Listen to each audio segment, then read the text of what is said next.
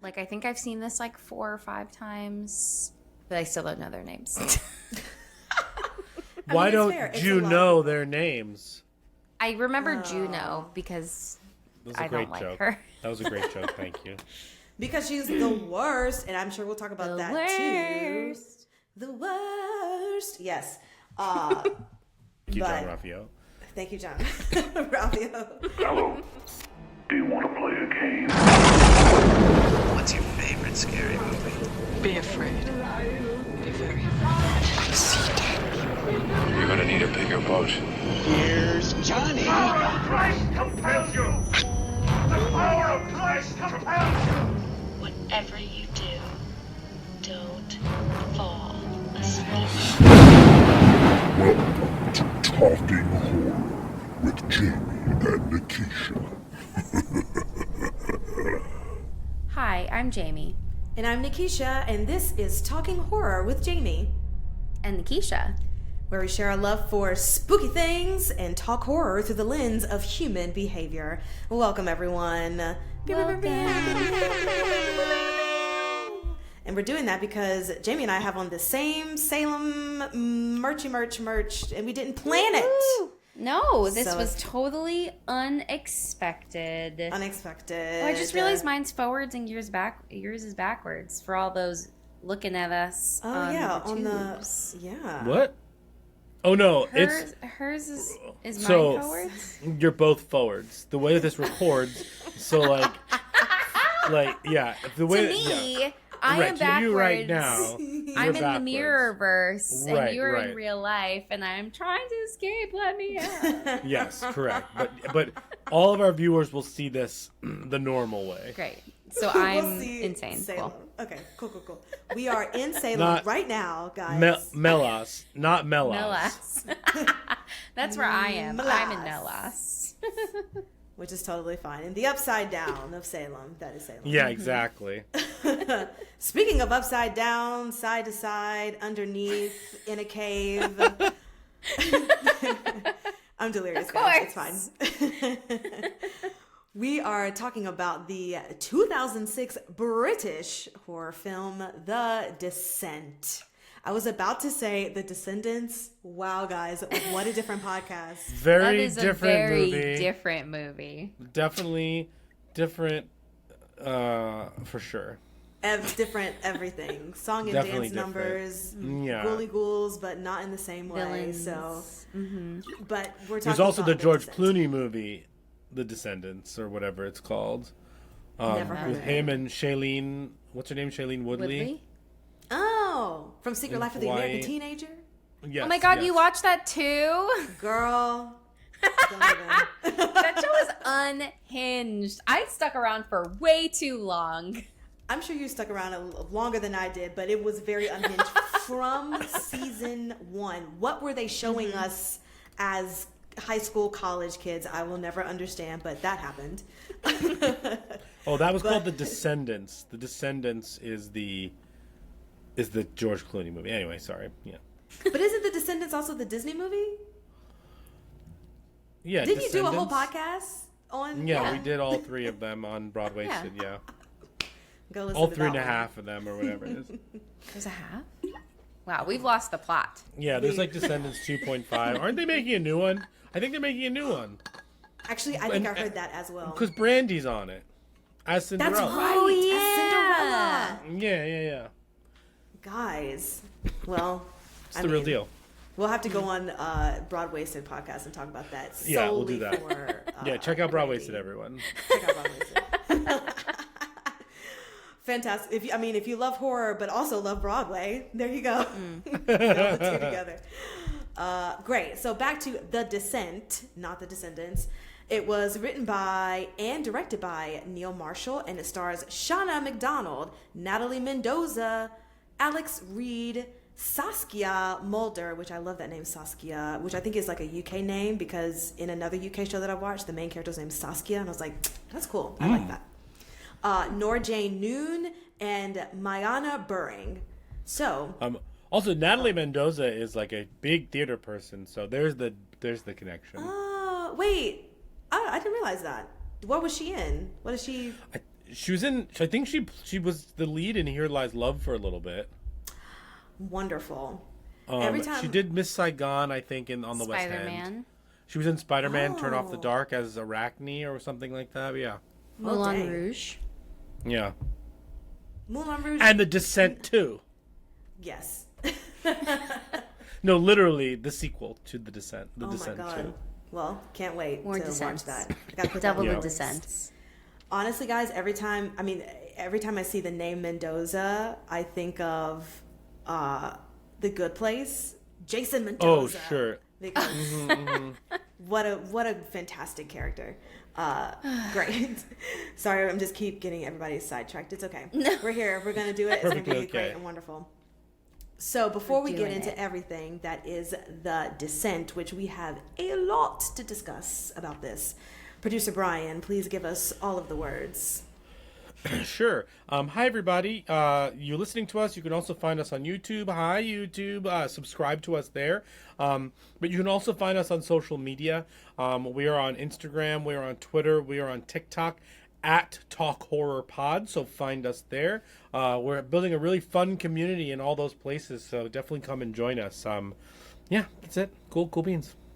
Beautiful. Obviously, heavy spoilers for The Descent. And Jamie, please list us off all of those trigger warnings for this movie, because there's a lot of them. Yes. Well, for one, if you don't like caves or spelunking, this is not a film for you. But also, there is some insides on the outside.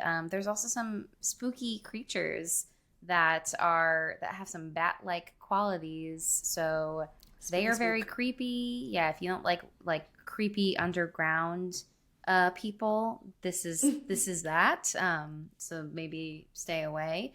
But yeah, lots of like ripping open, stomach to eat insides, stabbings, lots of stabbies, stabby through the neck, stabby through the leg, stabby through a head.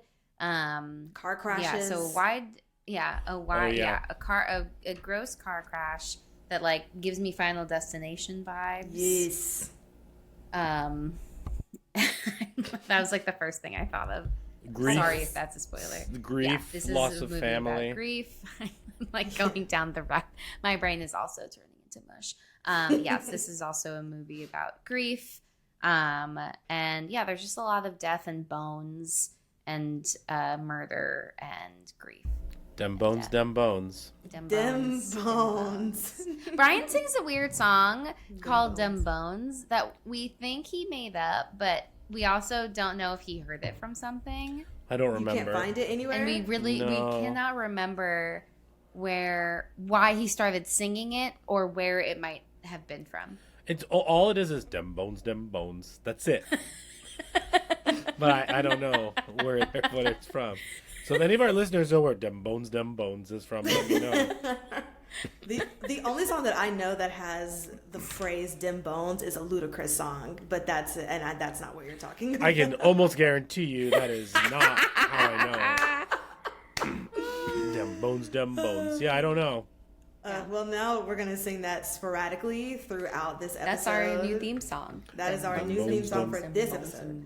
Dem Is Bones, that Dem from the Bones. Haunted Mansion? Maybe I don't know. Dem Bones. I don't know. We don't know. No one knows. We'll never find out. Somebody will tell you. Find out. Throw a Yeah. video up on TikTok. They talk to you there. That's true. Oh, that's a good idea. Yeah. Dem Bones Yes, TikTok. yes. Dem Bones. Actually, we'll do it here. Hey, TikTok, do you know where Dem Bones is? Dem Bones, From? Bones, What's it Dem from? Bones, Dem Bones. I don't know. Let me know. Nothing we really don't know. Dem Bones, Dem Bones, Dem Bones, Dem Bones. It's a song made up. Maybe unless you know. I don't know. I mean, I like Dem that Bones. song. That's a great That song. was great. I mean, yeah. I don't know. We'll just make it up. Dem Bones. It's fine. Yeah, totally. We're just doing our best. Goodness. Hashtag. Okay. Well, now that I've turned on my Apple Music and now it was playing other music in my ear, let's continue on.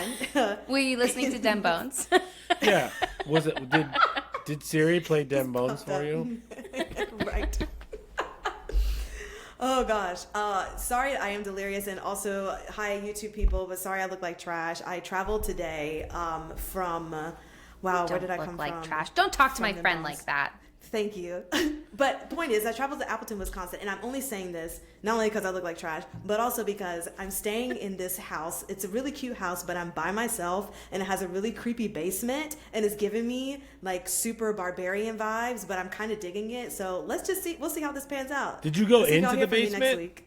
Yeah, because the washer and dryer's in there. Oh. Murdery. Well, I'm proud of you that you had a reason to go down there. Like, if you weren't just Yes. like exploring the murder basement, you like had to wash your clothes. Right. I mean, you have to. I just came from living in a hotel in Indianapolis. That's where I came from. Duh, because that place that you told me to go to, I went to. You went to the Slippery Noodle? Yes. Yes. Did you enjoy cute, yourself? Slippery Noodle. It was Yeah, a it's good just like a time. dumb dive bar that like banks on its history. Yeah. And a lot of people were there. So Yeah. it was cute. I went with I'm my sure. friend. We had a good time. Cool. But yeah, barbarian basement over here in Appleton. So I'm my heightened horror senses are there for sure, guys. So we'll see how this pans out. But fun times in a creepy house by myself. Woo woo. So guys, have you watched anything new? I know I have, but I want to know if you guys have seen any new horror stuff this week. Oh man, we have seen. So first, I just read some brand new breaking news, some new news from the horror Wait, world. we need like a news thing. Yeah, I'm not Breaking making it. news. Yeah, Dem that's perfect. Bones. Dem bones, dem bones, dem bones. So apparently, Mike Flanagan's next movie is a Stephen King adaptation called The Life of Chuck from his 2020 anthology, If It Bleeds, starring Mark Hamill and Tom Hiddleston. And The Life of Chuck is 3 separate stories linked to tell the biography of Charles Krantz in reverse, beginning with his death from a brain tumor at 39 and ending with his childhood in a supposedly haunted house. So that seems pretty cool. We're still waiting for the Fall of the House of Usher, like the release date for that. But Mark Hamill is in that, so I'm sure they became buddy, and yeah. So I'm super. That seems pretty cool. Yeah. Awesome. Fun times. But more importantly, Jamie and I watched The Nun. Oh yeah. Oh my god, I almost forgot that we Wait, watched is it a newer one or like the first one? No. The No, Nun. The Nun. I'd never seen it before. No way. Please. Yeah. Give me a brief 2-sentencer about it. It was fucking terrible. Yep. Oh man. But it does have one of my. If you follow my Letterboxd, you'll see that my review of The Nun, my 1-star review of The Nun, quotes The Nun. Tomorrow a village will be missing its idiot. Great line by The Nun. The Nun makes no sense. So Yeah. The Nun, the rules of The Nun don't make sense. Why is the nun trying to take over the body of another nun when it's already a nun? Like, I don't understand. I want none of this. It's nonsense. But like, nonetheless, it was boring. I forgot. Jamie even just forgot we watched it, and she's seen it twice. I saw it once. Wow. It was bad. I saw it in theaters, and what a not great moment. Yeah. Easily, I think I've seen all the Conjuring movies now. No, I haven't seen La Llorona. That's the only one I haven't seen. Did you see the first Annabelle? I've seen the original Annabelle. Oh, you did? Okay. Yeah. Oh, no, I haven't. No, I'm missing 2 then. Yeah. I was like, Because no, we it's watched Annabelle the sequel. Creation. That's Which that one's which one okay. was really good.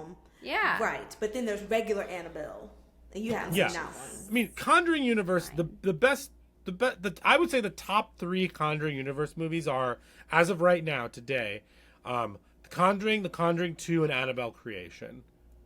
You know, I will say I had fun watching Annabelle Comes Home with all the Me too. different like monstery things, which I'm sure you appreciated too, like the oh yeah, like the werewolf Wolfman. on the Yes, car. uh-huh. Yeah, totally. Yes, mhm. Oh yeah, I liked that one. Like the guy coming out through the closets, like with the eyes or what. I Mm-hmm, forgot.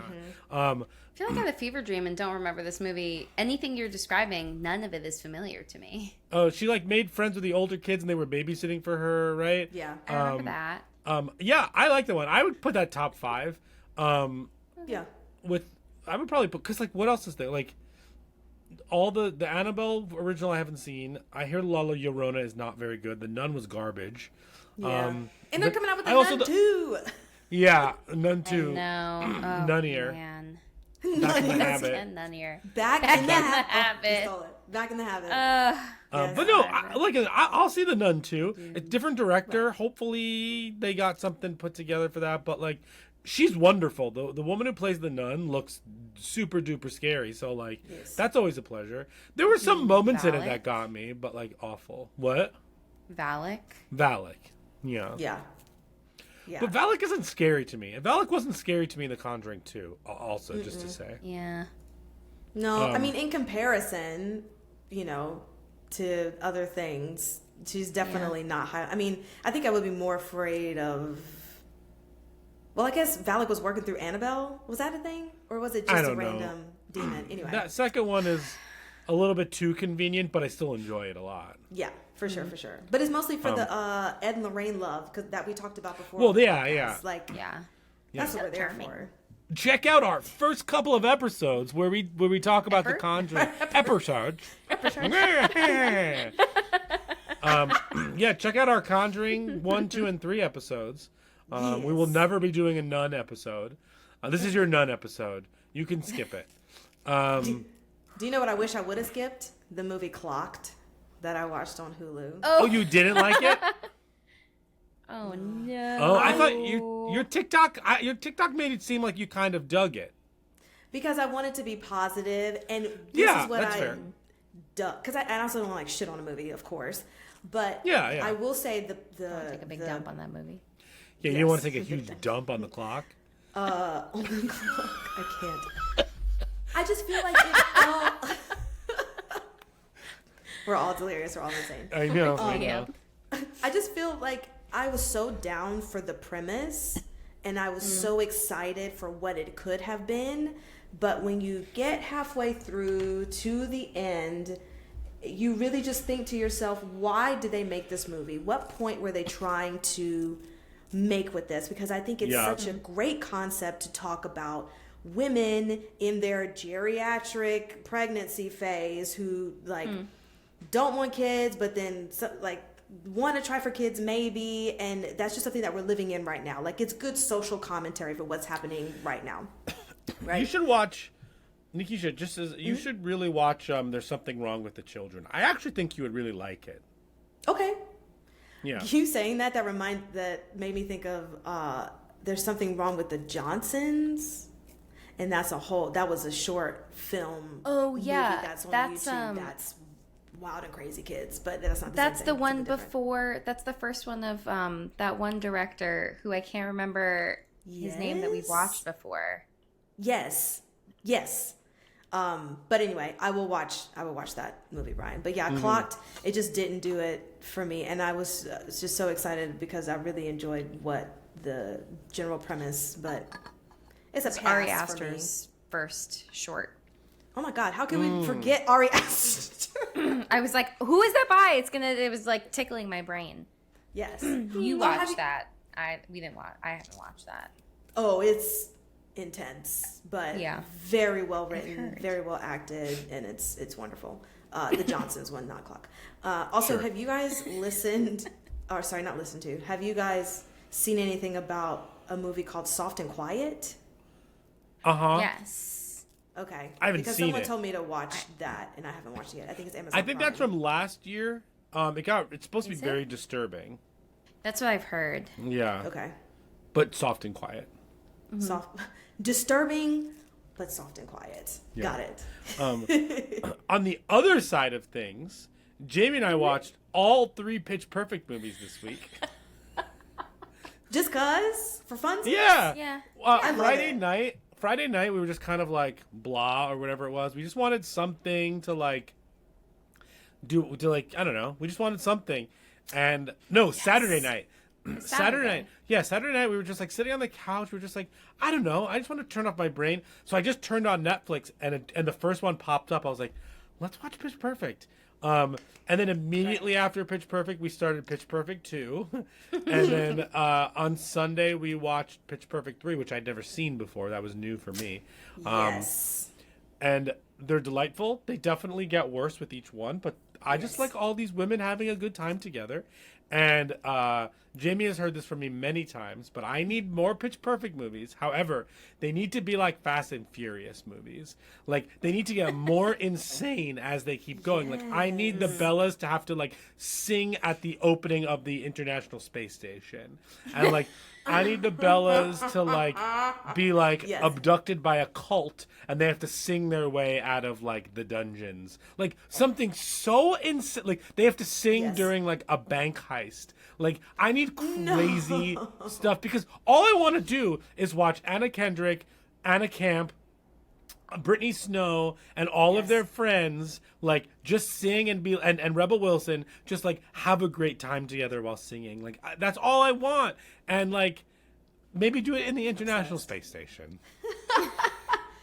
Somebody, let me call up Deke Sheeran and be like, hey, you make this movie. But also, it is kind of going in that direction, because their Bumper has a side movie. Oh, that's right. Like Bumper Goes to Germany or something like that. Oh, we need to watch that. Right, it's on Peacock. I forgot. Oh, yeah, because I saw. Yeah. Oh, we gotta watch it. There you go. Yeah. But I'm just like, you guys aren't telling me this weekend passed and you didn't start Queen Charlotte, a Bridgerton story. I've never seen it. We're like totally behind on Bridgerton. I've never seen a second of it. I haven't watched it. I know it's supposed to be excellent. Yeah. I mean, I say I groan mostly because I thought, Jamie, you were like in it to win it on Bridgerton. I know. I'm so sorry. Okay, it's fine. I'll let you catch up, and then we can discuss later. Nikisha, Jamie did watch something and beat you to it. Oh, no. Jamie watched all of Station 11. Oh, yeah, I did. Okay. I did. I've been so resistant to watch new shows lately for no particular reason. It just feels like a big commitment, and it makes me very anxious. Anyway, this isn't about me. But I watched it, and I think I finished it in like a week, because it's only one season, and it was really, really, really good. Everyone's excellent in it. It's very moving. I definitely cried. So bring your tissues. I'll have to sprinkle it in between, because I'm still going through Walking Dead, guys, but I'm in the middle of season 6 right now. So they have no place to go. They're just wanderers along the path, and everybody's dying. Like, slowly they're picking off people, main cast people that have been there for like 3 to 4 seasons. They're like picking them off one by one. So it's like, where is this going? But okay. Damn. I feel like it's where it's about to take a turn of when people are like, maybe not so much. I'm good. Sure. But yeah. Cool. Oh, well, no, go ahead. We Brian. also have a new member of our Funko family. Look at Pennywise. Pennywise with the I Love Dairy balloon. I've been looking for this one forever, and we finally got it this week. I found it at a collectible store, and I was very excited. Yeah, I thought you were about to say, and it was very expensive. It was $1 million hairs. No. It was not, but I'm very excited for it. Anyway, it's very cute. Back to you, Nikisha. No, yeah, I was just gonna say back to why we're here, guys, which is Oh yeah. for the Descent. Let's talk about that, and we need a 2-minute plot summary. What's the plot? And I know I did it last time. Y'all don't want to hear me talk about this, so I think I'll do it. Might be Jamie's turn. Give it to Jamie. Yeah, I do feel like it's my turn. Great. She's got it. Unfortunately. And then I rescind my your offer. My offer. This isn't going to be good. It's going to be really fast. Great. Interesting. It's not going to be good. Because it's going to be fast. Really, I have to admit that I can't really remember a lot of their names. And it's just, it's a dark spelunking cave. So I can't really know their differences in the dark. And there was like 3 blonde ladies who looked the same. Just not gonna lie. Just a bunch of people that are all in the dark running. Well, Yes, when there you you go, go. when you go through their name, that's the plot summary. When you talked about them, I'll jump in with their name. Okay, I'll do Okay. my best. Yeah. All right. You ready? Yeah. And go. Okay, so the movie starts with 3 besties, Sarah, Juno, and Beth, that are going rafting together. Sarah is married to her husband Paul and has a daughter Jessica, and they get into a car accident. And why'd you make a face? You knocked it out of the park with those names. I didn't remember the kid's name. That was you killed it. Because of Wikipedia. Thank you. Oh. They get into a car accident, Cheater. and Sarah is the only survivor. And then a year passes, and Juno plans this big trip for them to go spelunking because they're all like into thrills and adventures and whatnot. So it's the original trio plus 3 or 4 new friends that are joining along. Sam, Rebecca, and Holly, I think is it. And, you know, there's some like talking about feelings after this big trauma that Sarah experienced. And then Sarah's like, let's just get into 1 minute doing this trip. Juno hopes that this will be their like friendship saver. So they get into this cave, and it's revealed that Juno has never actually been to this cave. It is an undiscovered cave that they were hoping they could all discover collectively as a way to like bridge the gap in their friendship. Everyone's pissed, and then all of a sudden they see a creature, and they all start freaking out. They all go running in different directions. The creatures are slowly taking them out one by one, but then Juno accidentally kills Beth after killing one of the creatures and just leaves her there, but Beth takes Juno's necklace. Everyone else is slowly dying 15 from being seconds. an idiot. And then it's finally just Juno and Sarah, and Sarah finds out that Juno was sleeping with Sarah's husband, and then she injures her, and then she escapes the thing, but she doesn't actually escape, and that's the end. Or maybe, I don't know. Right 2 on minutes. the dot. Absolutely. Absolutely. That's the plot. I think that was my best one yet. I don't know about you. Yes. I mean, it's a lot of just getting lost in a cave, falling down. There's in a lot of cave. people in this movie that you can't see well because they're all getting lost in a cave. Yes, exactly. It's just a very dark movie. Somebody turn up the light, please.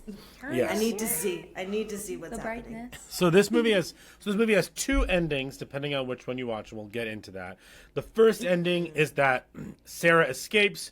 She gets to her car. She drives away. She throws up. She was like totally freaked out. She sits up in the car, and then Juno is right there next to her, like obviously like a vision. And you get a close up of Sarah's eyes, and then cut to the picture they took earlier in the movie with the roll credits. The second one, which is the one that was released in the UK and was not in the US because it was too bleak, is that after that happens, Sarah essentially wakes back up in the cave after her fall. And she and essentially she sees the birthday cake that her daughter had the whole time, like in her visions, and then that's kind of like comforting her as you but it's actually her torch, which is the fire to the birthday cake. And as you pull back, you just see that she's still in kind of their lair, and they're all around her. And that ends that version. So we'll get into what we thought about those 2 endings, but I just wanted to talk about that. Just that there are 2 endings to this. It depends on you'll probably watch the American one because if you rent it or something, that's the one that's provided, I'm assuming. Absolutely. Yes. Well, let's get into it with our first segment of likes and gripes. And now our likes and gripes. So I will go ahead and say that this was my first time watching this movie, but can I ask how many times have you guys seen this? This is my third. Third time. Okay. Honestly, I have no idea. Like, I think I've seen this like 4 or 5 times. But I still don't know their names. Why it's don't fair. It's you a lot. know their names? I remember Juno because That was a I great don't like joke. her. That was a great joke. Thank you. Because she's the worst, and I'm sure we'll talk about The that too. worst. the worst. Yes. Thank you, but- John Ralphio. Thank you, John. Ralphio. Watch Renfield. So, I just want to say, I'll start off with the likes and gripes since this is my first time watching it. And I literally watched this like 5 minutes before we started recording this podcast. And first off, I loved the general concept of, at the beginning, there is a man. He saves Juno because they push her into the water, or he like grabs her out of the water. But then like that's the only thing of a male like saving a female, and then everything else is like the females just doing things for themselves. And I'm sure they didn't mean anything by it, but I just really enjoyed that he was out of the way in the sense of they had to save themselves, right? So already on board for that.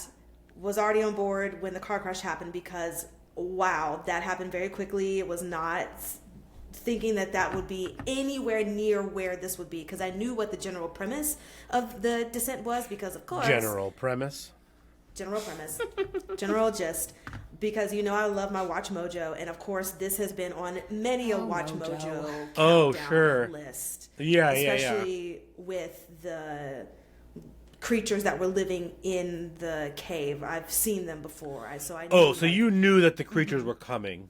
Yes, absolutely. Yeah. Okay, because my first experience with this movie was I did not know that the twist, if you will, is that they were creatures. This movie for me is set up so much to just be like, we're lost, we're going to start attacking each other. Like, it really sets up that. And to me, the first time I saw this movie, the creatures were a surprise to me.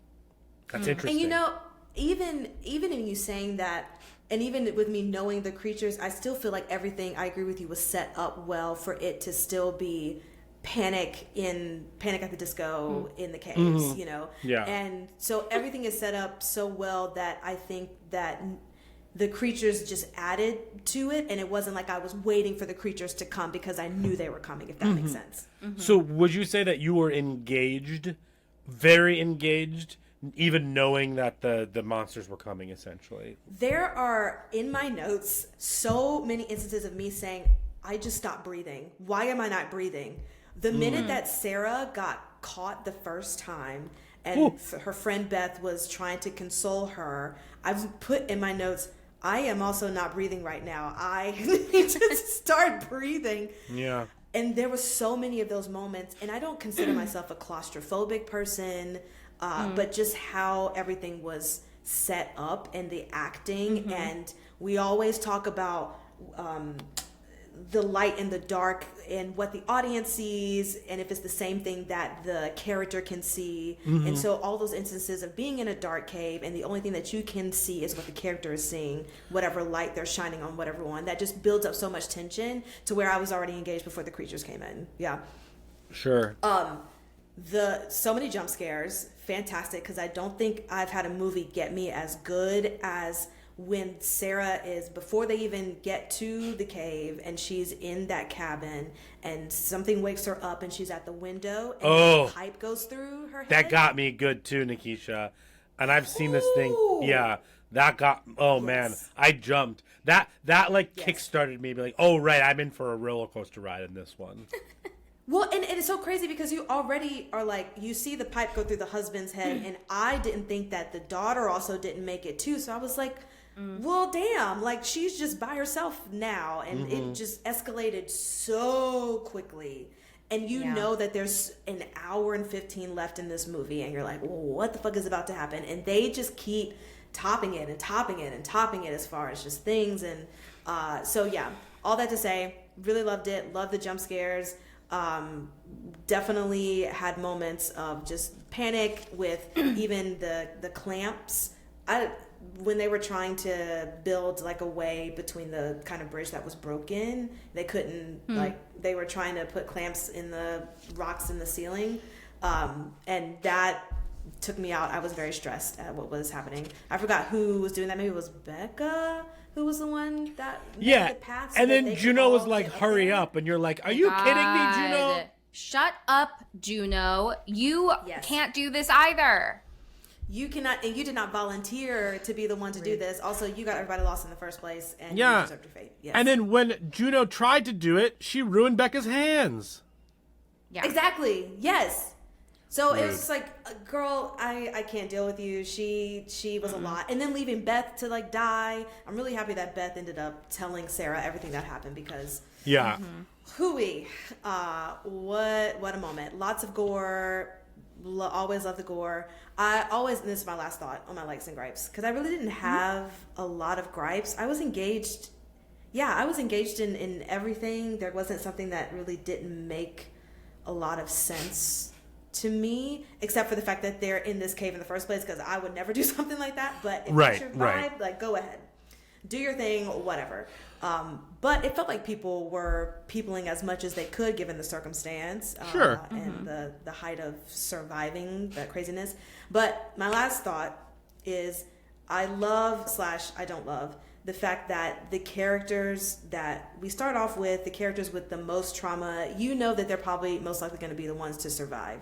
So this is just a general just thought about horror movies in general. General gist.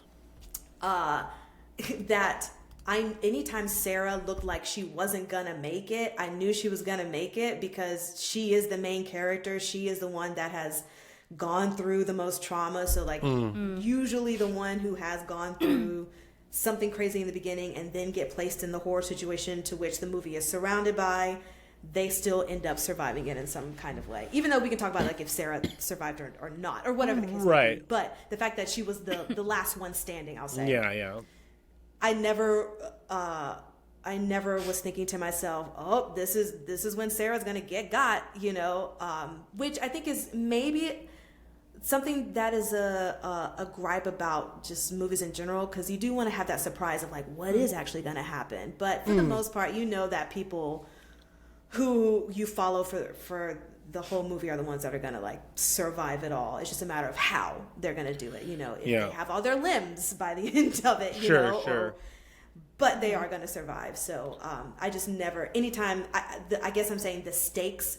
In anytime she was in a high stakes situation, I wasn't into it because I knew that she was gonna be okay. If that makes sense. Yeah. Correct. I also, jumping off from what you just said, before we go to Jamie's likes and gripes, I just wanted to say that something that I like about this movie that you just mentioned is that you never question why they're spelunking in the first place, because they are set up as a group of women who like to do these very adventurous things when they get together. So it wasn't like any of them were like, I don't really want to do this. Like, they were all like super into it, gung-ho about it. Yeah. This is how they bond, and they were all very well prepared. If they had followed the actual plan, if they followed the plan that Juno messed up, they were all very well prepared to do all of this. Yes. And I think that's why the movie is a lot more believable than a lot of other movies putting people into absurd situations. Right. Like a earthquake opening up a parking garage and you just want to go inside the hole. Nobody's going to do that. Oh my God. Don't even. But I can't anyway, Jamie, your likes and gripes. Yeah, I really enjoy this movie. I think it's like, from the early 2000s, like definitely is a standout in horror. Because like it is, even though I can't remember their names, it is so much about these like relationships and just like the impact of grief and trauma on relationships. Like over time, you also get to see like half of the characters and how they've evolved and how their friendships with one another have evolved for a variety of reasons. And I think that like there's a lot of things that feel really grounded about their relationships and the ways that like some of them are closer, some of them are less close.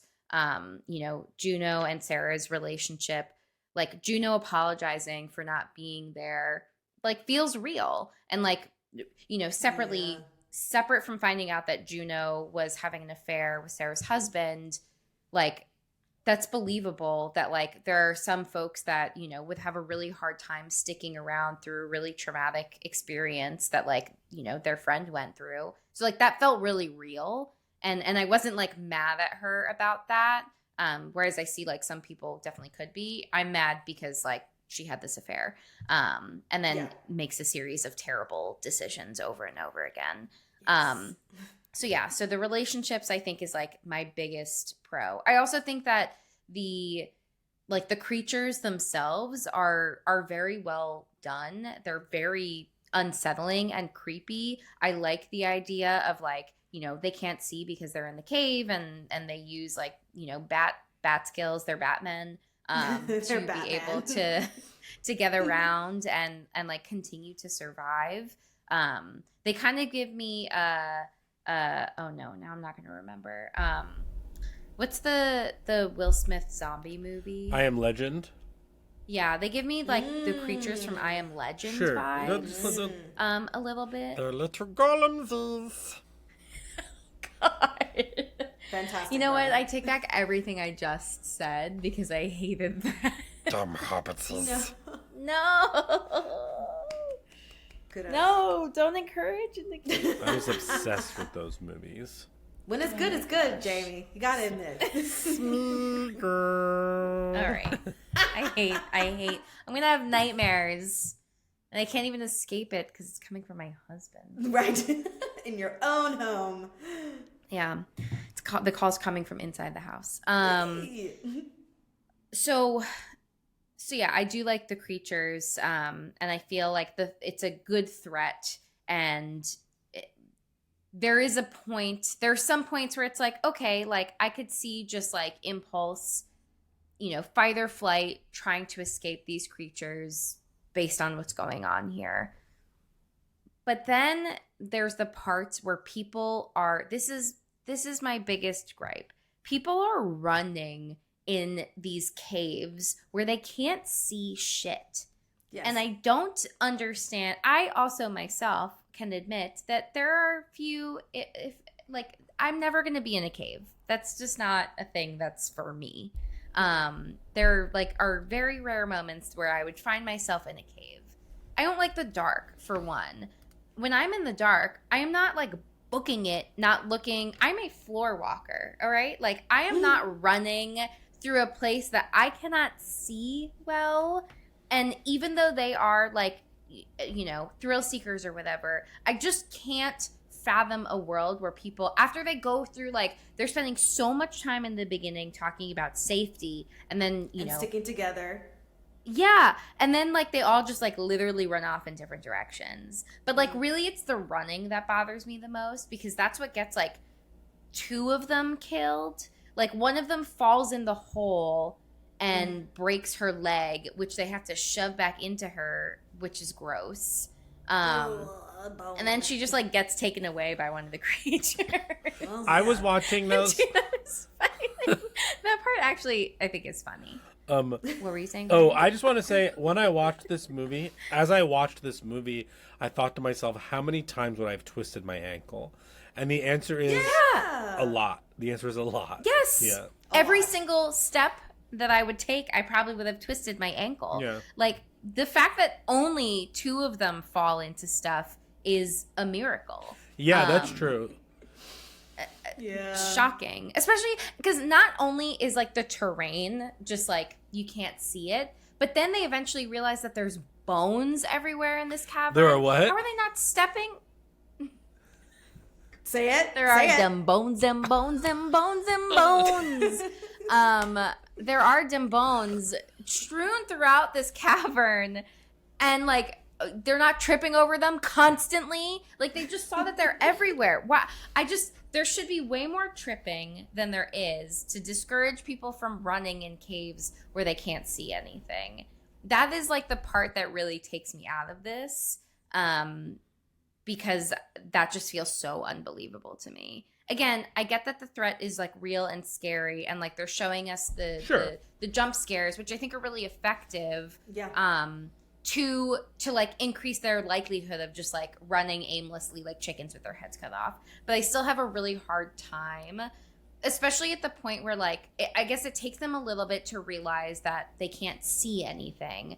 But even so, if they can hear as well as they can hear, all of their like stomping and stepping on dem bones that clearly make sounds, like they're gonna be heard. So like I just don't know why they would run aimlessly around. And I know that's a parlor talk thing now, but like it's my biggest gripe of this movie. Everything else I really, really enjoy. There's so much tension in just them navigating the caves. There's tension in the relationships after they find out. Like, Juno's actions of her not taking the map and then revealing that they're in this unexplored cave is such a huge betrayal to all of them. Yes. And they literally have no choice but to continue. But it's like, they could have just, they truly, like, this realization of, like, we all just could be dead. And Juno just doesn't seem to be, like, processing that because she's so selfish. She's a really great antagonist. Like, just so self-absorbed and selfish. And, like, you hear that the statement that, like, best represents this is when she says, we all lost something in the accident. Yeah. Like, that line really stands out because, like, she's selfish. She's mad that she lost her affair partner. She's not thinking about Sarah. Like, all of her actions are just so much about her. But like, I think that she's still written really well. Yeah. And to piggyback off of that, the fact that Juno thought a good way to bond with everyone again, to bring Sarah back and to make everything okay was like, well, I figured that we could all discover this together and then we can all name like it name Sarah. it. And I can name it Sarah. And it's like, you really Also, thought that was the best? Who's going to the Sarah cave? That sounds lame. Sounds lame. Sorry to all the Sarahs out there. But if My parents almost named me Sarah. Yeah. No, just in terms of, like, you see it on a map, like, you might think Sarah's cave is, like, cutesy and fun, like, but like, yeah, not filled with, like, crawly creatures. Right. Exactly. So it's just wild. Yeah. Would you say, what kind of behavior is that? Like, is this narcissistic behavior? Sorry, I'm going in, like, diving a little bit to other section, but how would you describe, like, Juno in general, or is she just a bitch? Are they not one and the same? I mean, like, I definitely think that she's got, like, some main character energy where it's like she's just, like, very, you know, into herself, and, like, you know, she brings on this person who is, like, following Juno, like, following her steps. She's trying to repair this relationship, but, like, on her own terms, where she's the leader, she's the one who's organizing it. And, like, there's just a lot of things that feel like they're like selfish in how she's acting, and, like, she doesn't seem that aware of it. And I think it just means that she's a bad friend. So I don't know if I mean, maybe she also, like, maybe some of that also reads as narcissistic, but I definitely think that she's not a good friend. I also love the fact that you use main character energy as a negative. yeah. Because a lot of the times we don't think about it. Everyone is like, yeah, main character energy. I'm like thinking about myself, but in a way that is self-care, because I used to be the one that would think about other people. So it's just very interesting that you said her main character energy specifically, which I agree with, is something that's negative. Because... But isn't it? I thought it had more of a negative connotation, because it's like this idea that, like, you think by you thinking that, like, you're the main character of the story, then you're like overinflating your ego and, like, your sense of self in a way that, like, you know, is minimizing, like, what other people around, like, get out of your own head, like, get your own head, or blah, blah, blah, get your head out of your ass. I don't know which statement I wanted to say, something about a head, but like, that's kind of what I associate that with, of, like, you think that you are, like, the star, and that is, like, blinding you from, like, seeing reality because of that, like, inflated sense of self. It's, like, grandiose. Yeah. I mean, I agree with you 1,000%. The people that I know that have used that oh, interesting, isn't, I have seen it was not in that sense, but I agree absolutely what you're saying. Yeah, cool. But it's wild. So main character energy, Juno, we don't like her. Goodbye, ma'am. No, sis. Goodbye, ma'am. Brian, your likes and gripes, please. Yeah, sure. I really like this movie. I think that I like the symbolism of, like, the candles and the cake and blowing out the candles, and I liked at the beginning when she's screaming in the hospital and the lights start to go out, kind of foreshadowing the cave, that she's, like, in her own cave. Like, I liked all of that stuff a lot. I think I think the ratio of exposition to action in this movie is excellent, and I don't think any of the exposition is over the head enough to, like, make you feel like, oh, I know what's gonna happen. Like, You kind of do in some ways, but like they're never over explaining anything. She makes that one comment how her husband said like love every day or whatever it is, and they stop there, and then it comes back on the necklace at the end. And I thought that was just like, I thought all of that was really well handled in general. Can I add on to that?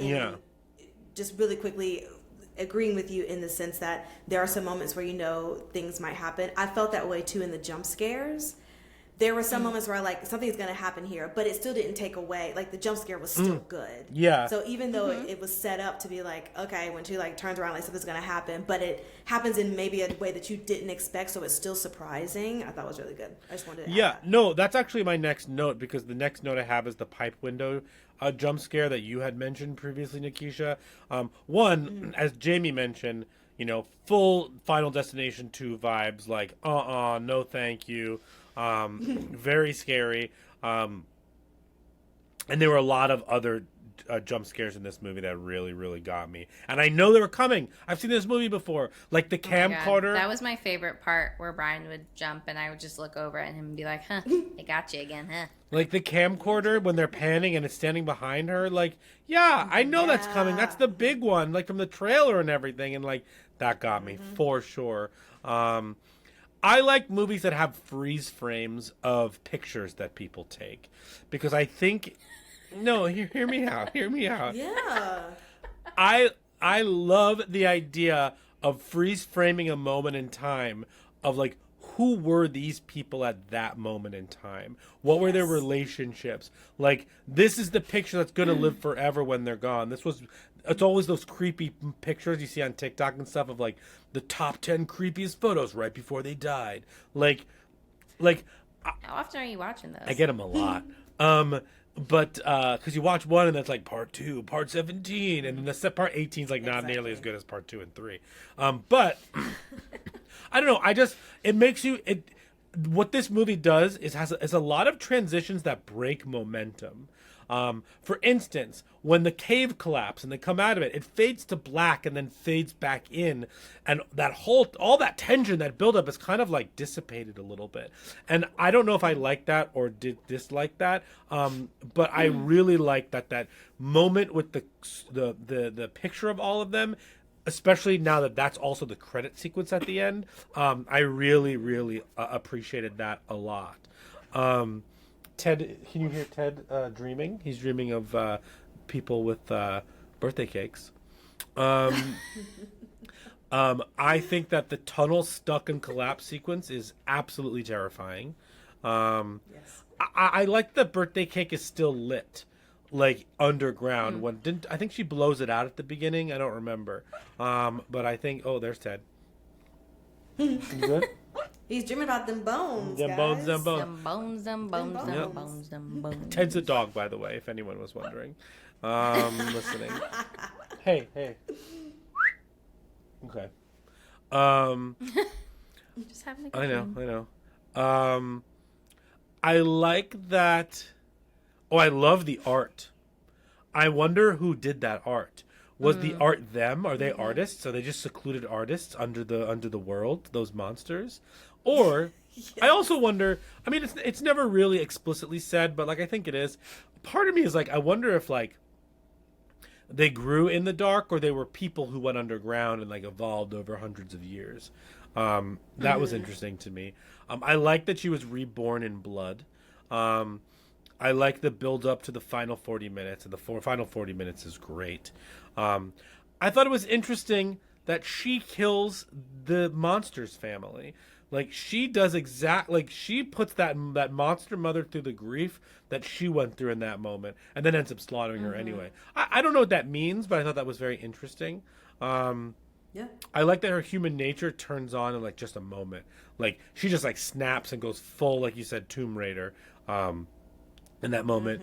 I guess, like, I was trying to say, like, when given the opportunity, she's taking out her anger. You know what I mean? Yeah, for finding her sure. strength. Yeah, totally. I would agree with that. Yeah. Here are some of my gripes. The bat CGI at the beginning is terrible. It is. Oh, it yeah. is. It really is. We mentioned it. Juno yelling at Rebecca to hurry up when she's the only one doing the free climbing. Like, shut the fuck up. Right. Holly Running they're also dumb. Holly Running, I have that one. Oh, this one was interesting. This being my third watch, I found the second, as entertaining as the bloodbath of the second half of this movie is, I found it a lot cheesier and cornier than I remember it being.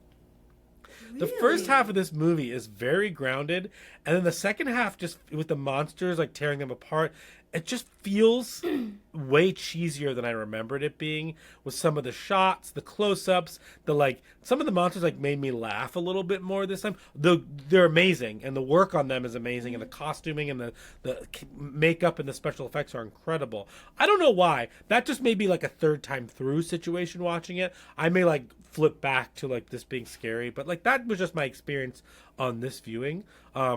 A bit hard to follow in the dark sometimes. Maybe that's just me getting older. I don't know. No, I agree with that. I hated that the monsters had no sense of smell.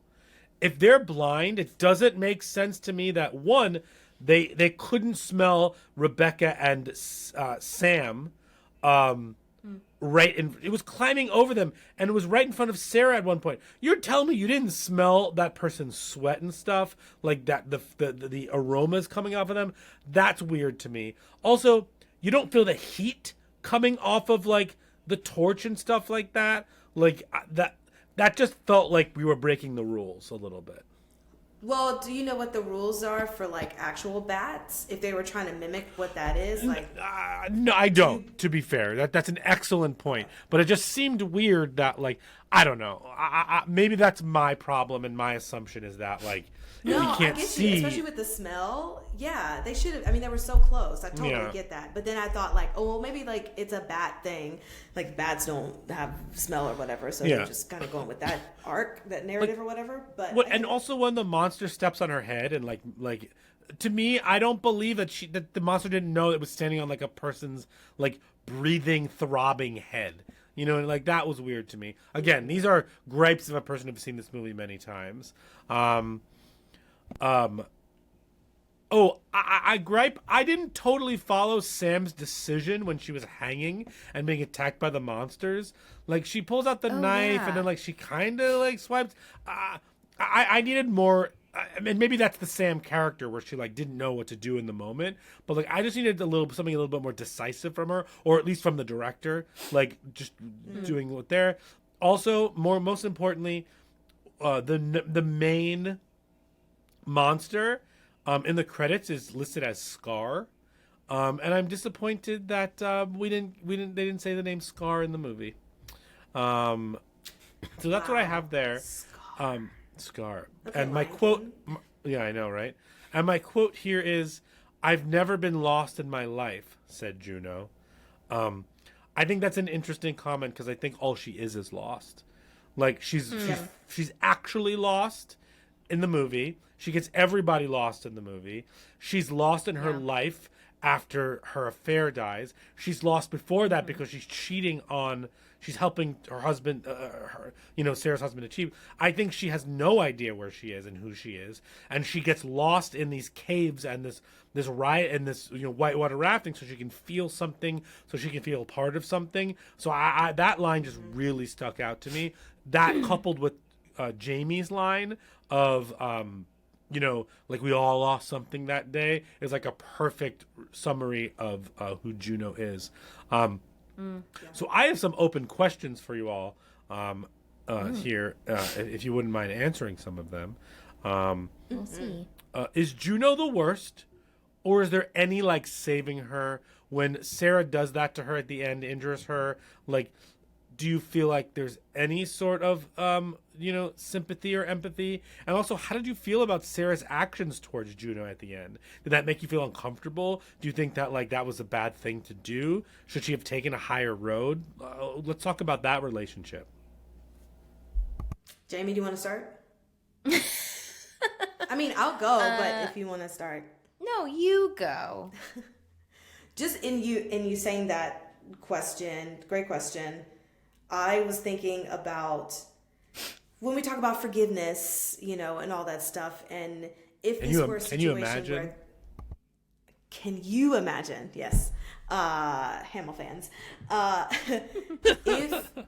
I feel like if they were not in such a high stress situation and everyone was above ground and everything was fine, that Sarah would have kind of like disowned her as a friend, but found a way to forgive her without being, violent.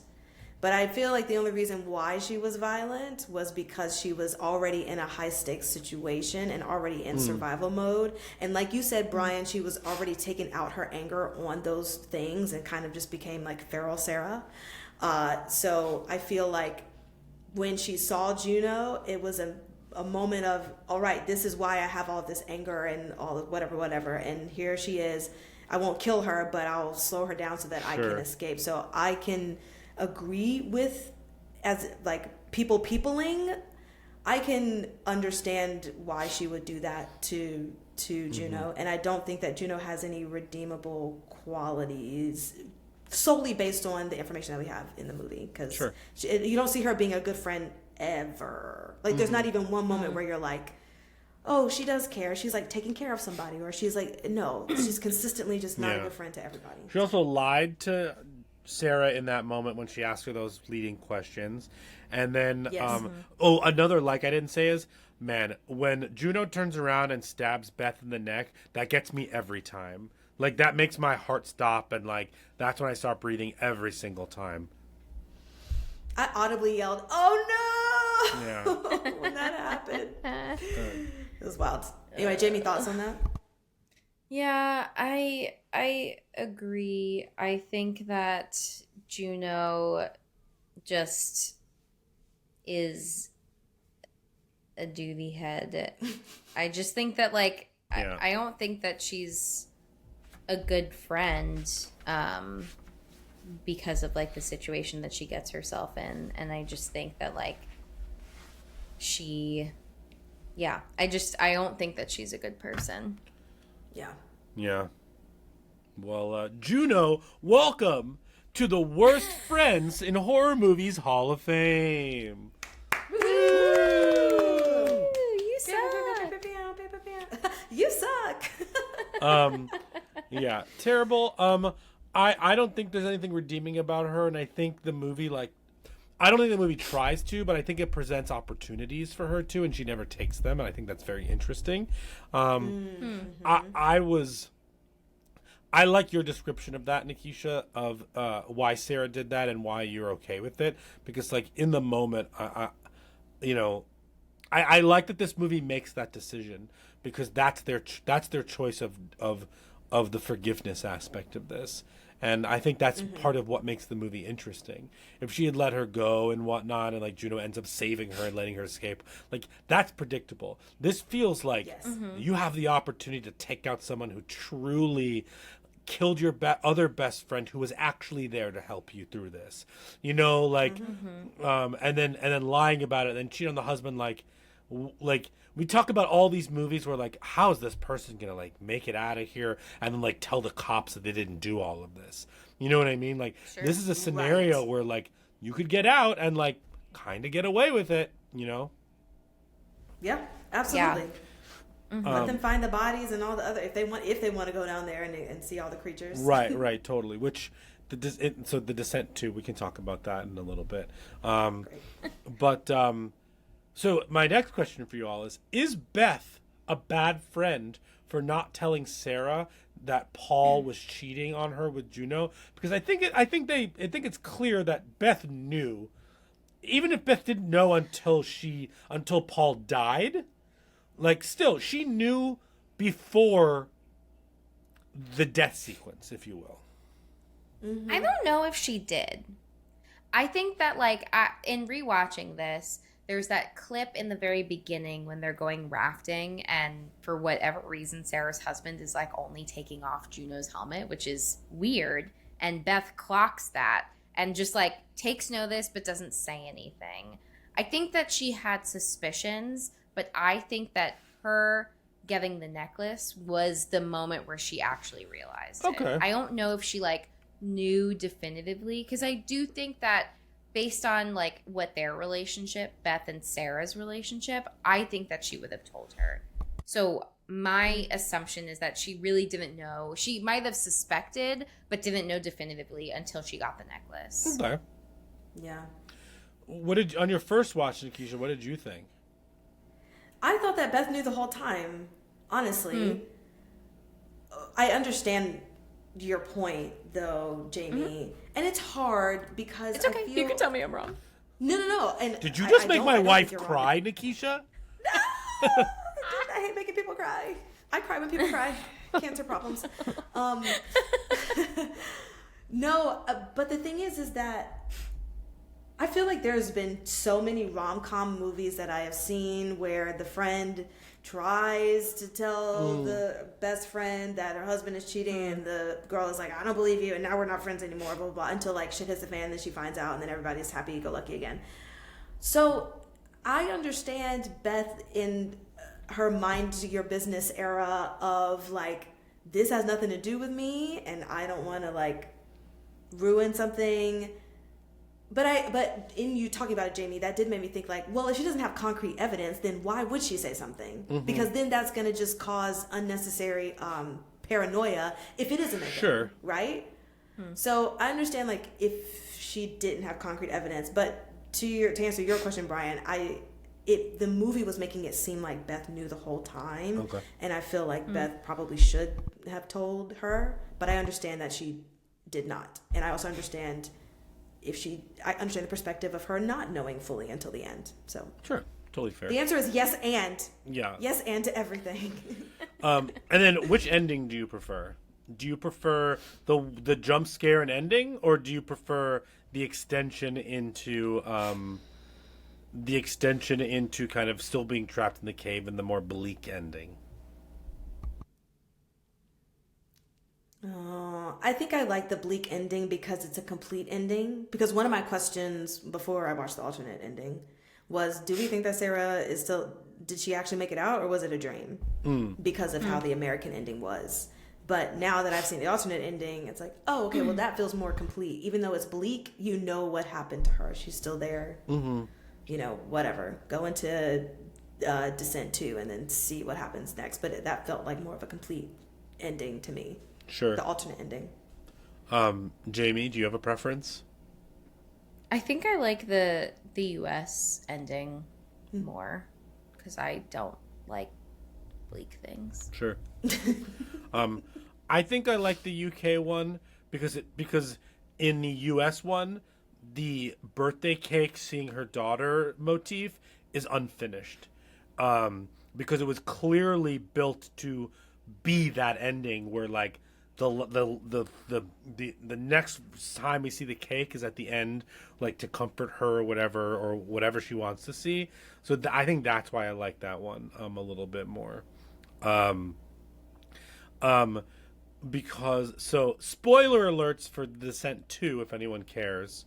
Can I just tell you what Please say it, yeah. So the Descent 2, I won't go into the full plot, is that it completely disregards the UK ending, and Sarah actually got out, but she has amnesia, and when they take her to the hospital, she has Juno's blood on her, so they think that she did it. So they take her back to the caves because she doesn't remember anything, and they go back into the caves to like look for the friends, but they actually find that Juno is still alive in there. And like this like Tomb Raider underground person who like lives down there and like kills all these things, and like it just goes on and on from there.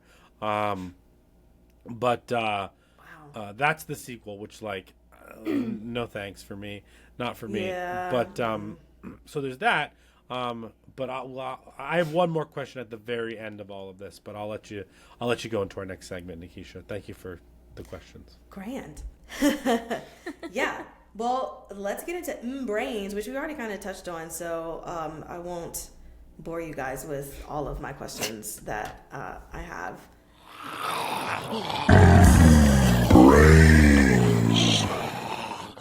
But I would like to talk about how you feel as far as peopling Sarah's kind of feral survivalist aggression Tomb Raider moment. And do you feel like that was naturally already inside of her as a person?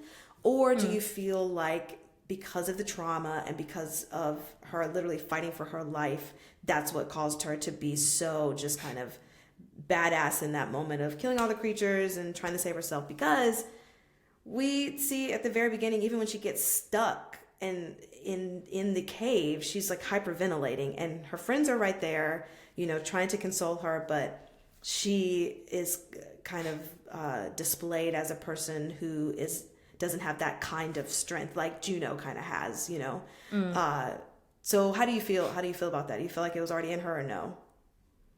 I mean, I think like we've talked before. No, it's a stumper.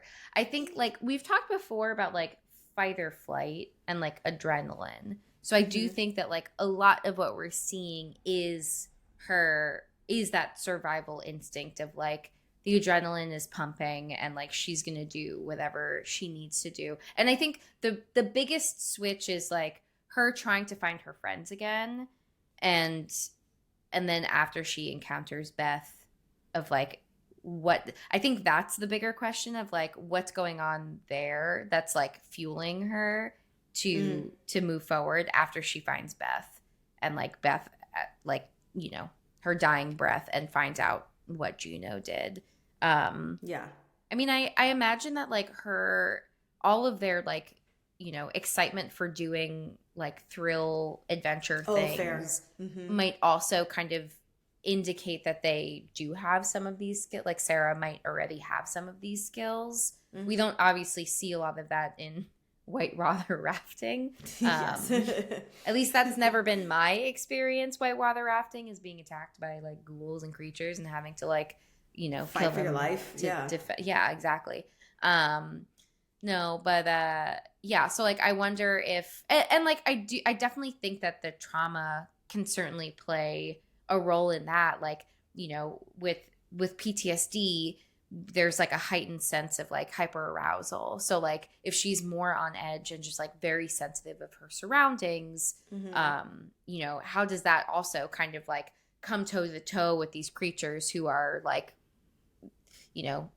bat-like and super strong and like right. eating people through their skin, going straight for the intestines. Like, so I think that there's like all of these elements that could potentially be contributing, but I think it could be everything, both.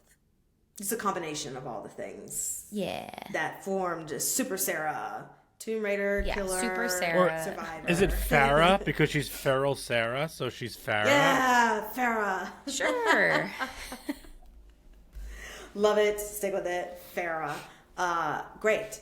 So my other question, and we kind of touched on this, but I want more of an elaborate answer. But do you feel that it was a good way to console Sarah when she was kind of stuck in the cave for Beth to say, "You've gone through worse. There's nothing for you to be afraid of now. You're with me," and breathe and then get. Do you think that was the best thing she could have said to help console her in that time? That really stuck out to me. Like that line this time, like really popped. Yeah. So I think that I have like a slightly different perspective on this line this time around, because this is like a weird thing to go off of, but it reminds me about like something in one of the perinatal mental health trainings that I did, where it was talking about folks who are pregnant and like have a lot of anxiety about giving birth, about the things that can happen, and then going through some of those awful experiences. And so like, how do you talk to a parent who has given birth but maybe had like an incredibly traumatic experience? How do you move forward and like, rectify that trauma? But like you can't say like, oh well, at least like this terrible thing didn't happen. Like it did happen. Like It's part of your narrative now. It's part of your story. And I think I'm way more mindful about like how I communicate with clients who have anxiety, because like who am I to say that like to quantify where things are in terms of the worst thing that's ever happened to somebody. And I think like in those moments, like there are certain things that might feel like the worst thing ever, but then like compared to other experiences, maybe it's not. Or like I think we're also hypersensitive to like being present in one particular moment and it feeling like the worst thing ever. I'm not Sarah, so I can't speak to whether like being stuck in the cave feeling like you're being crushed to death or experiencing and surviving the death of your entire family is worse.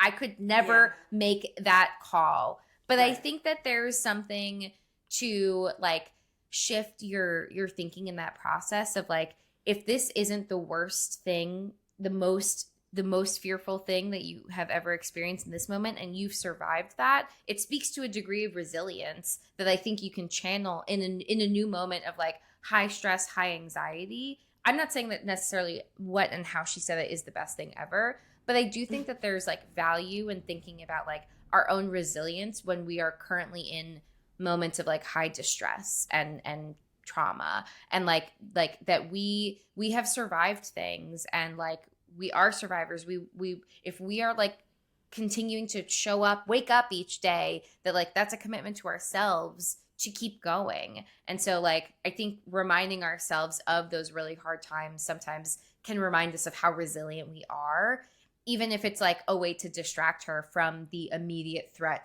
of danger and death that she like very much was in when she was in once like the rocks start falling, where it's like, all right, we gotta like haul ass right now. Right. So I don't think that it was like all in poor taste.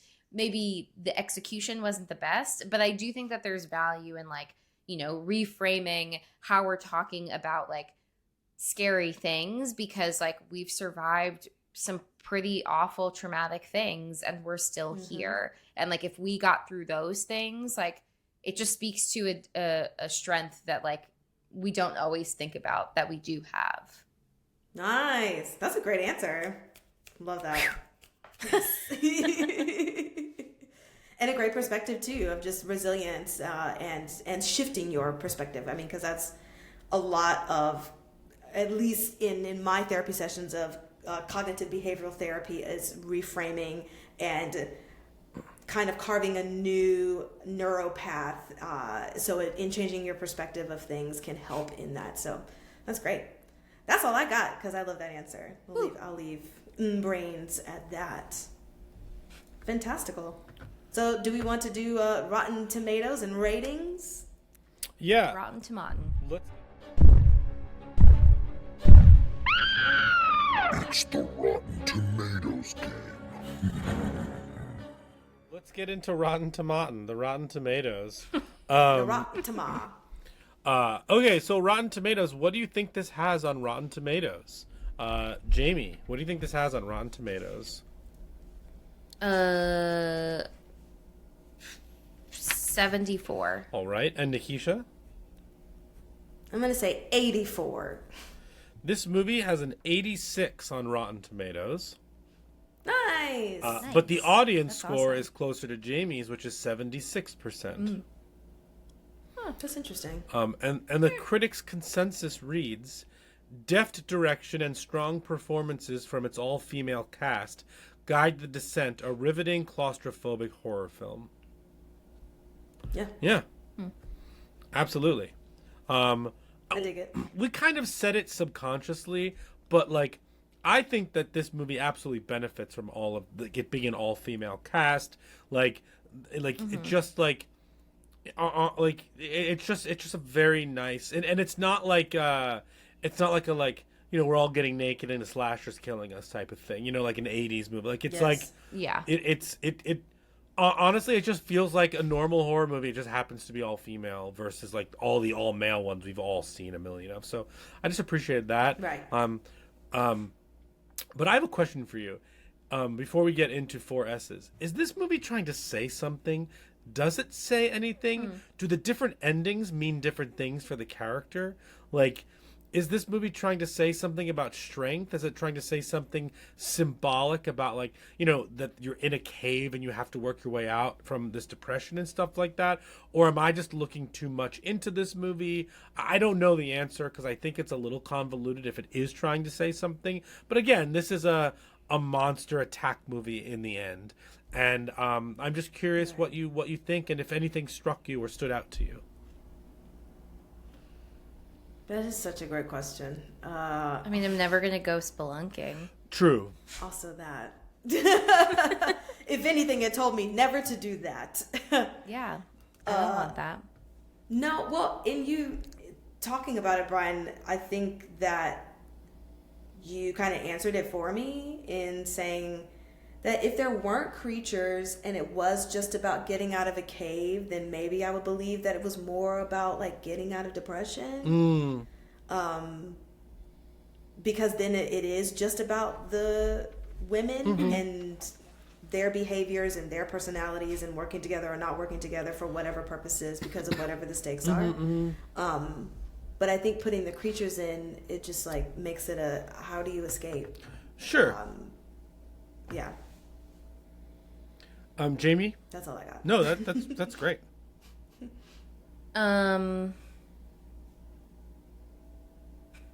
Yeah, I guess, like, I don't know. I feel like some of it is just, like, how are relationships tested in moments of trauma, but then, like, because they all kind of scatter and stuff, it's like it gets less of that and it's just more like spooky creatures. So I don't know. I haven't really thought about it. Yeah. Yeah, I get that. I mean, I just, like, that's, yeah, I don't know. I just like to think of that way. And it not saying anything does not take away from my enjoyment of this movie. I was just curious. Right. But should we do the 4 S's? No. Yes. All right. Skull, scare, shakes, and suggestions. The Talking Horrors 4 S's. The 4 S's are skulls, scares, shakes, and suggestion. Skulls, scares, and shakes we rank from 1 to 10. Skulls being how well this handles mental health and human behavior. Scares, how scary was this movie. And shakes, how much is this movie gonna stick with you? Can you shake it off, or is it with you for a long time? So Jimmy, let's start with you. What are your numbers for skulls, scares, and shakes? Yes, for skulls, I gave it a 4 because I just removed so many points for people running around in caves. I can't get behind it. And just, like, brief moments of, like, what are you thinking in making this choice? I don't understand. For scares, I gave it a 5 because I think that this movie's, like, genuinely scary and has these moments of, like, really unexpected jump scares, but also just, like, I don't like the dark. I don't like not being able to see. I'm feeling more freaked out because, like, it's like, what's really going on? And then, like, the tension just between it within these relationships, I think also adds to it. For shakes, I'm giving this a 7 because this, again, like I said, really stands out as, like, an early 2000s horror movie that I really enjoy, and I would recommend this to loads of people if they would take my recommendations. Nikisha, what about you on your first watch? Yeah, I think I'm riding the high of watching it just now. I put Skulls as a 7. I just thought it was great. There was a reason for everyone doing the things. Scares, I did a 7, and it's not only the jump scares, but also just all of the gore and blood and bones out of the body. So I gave that a 7. Dem Bones? Dem Bones. And then for shakes, I gave it a 9. I was ready to text, like, so many people to talk about the movie or be like, let's have a watch party and watch this movie because it's great. Cool. So, yeah. Yeah. For Skulls, I gave this a 5 because I think it halfway gets there with human behavior and human mental health. Scares, a 7. Those jump scares still get me. That's just who I am. I accept that. And shakes, this is an 8. Like Jamie, like both of you said, It's a great movie. It's great for both things. If you want like a relationship type movie that, you know, and if you want a gory, you know, thrill ride for a little bit. Yeah. Also the scares, going back to that, like the claustrophobic stuff. I think the tunnel sequence when she's trapped in there is actually the scariest part of the movie to me. But yeah, I thought it was great. And watching it this many times, like, it still holds up big time. Jamie, what suggestions do you have? I have two. I have The Ruins. Oh, good one. Yeah, it just like feels like it has a similar vibe of like being in a new place, and things going horribly wrong, and leg injuries. Oh yeah, oh yeah. Maybe my scare should be an 8 because it has a leg injury. That really, I hate that. That's true. That's a point for Yeah. you. And then it also kind of has As Above, So Below vibes. That's mine. So I'm going with. Oh no, I mean nothing. Just The Ruins. Thank you. Bye. No, only because I don't know any other like cave movies besides As Above, So Below. But it does give all similar vibes. I agree, Jamie. So that's also my suggestion. cool. I also had As Above, So Below, but I also have, if you want another movie about a group of friends who get together after a traumatic experience and somebody hurts themselves and they have to like do something they didn't attend to do in the wilderness, watch The Ritual. That's a great one. The Ritual is awesome.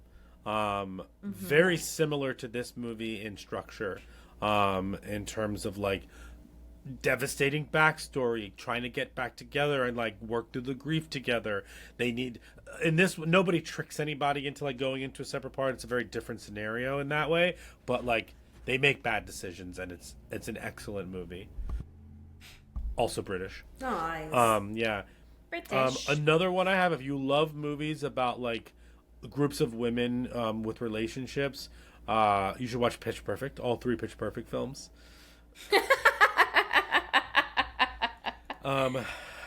We also watched The House Bunny. You know, another we started group of it. women together. You know, that's what I would suggest. Pitch Perfect. Fantastic. Yeah, cool. Fantastic. That's my stuff. Love it. Obsessed. Okay. Well, I think that ends our episode of The Descent. You can follow us on all the social medias, the TikTok, the Instagram, the Twitter, at Talk Horror Pod, Pod. And Brian, where can they listen to us? Yeah, you can listen to us wherever you get podcasts. So like Stitcher, Spotify, and of course Apple Podcasts. Rate and review us there. 5 stars, please. And thank you. Woo. What was the quote that you had, Brian, that you said earlier? I've never been lost It was in like my a funny life. one. Oh. I'm always lost. I have no sense of direction. Also, dem bones. Actually, that should be the ending. Is dem bones, dem bones, dem bones, dem bones, dem Dem bones. Bones. Yes. Thanks, guys. Bye. Don't go spelunking. Bye.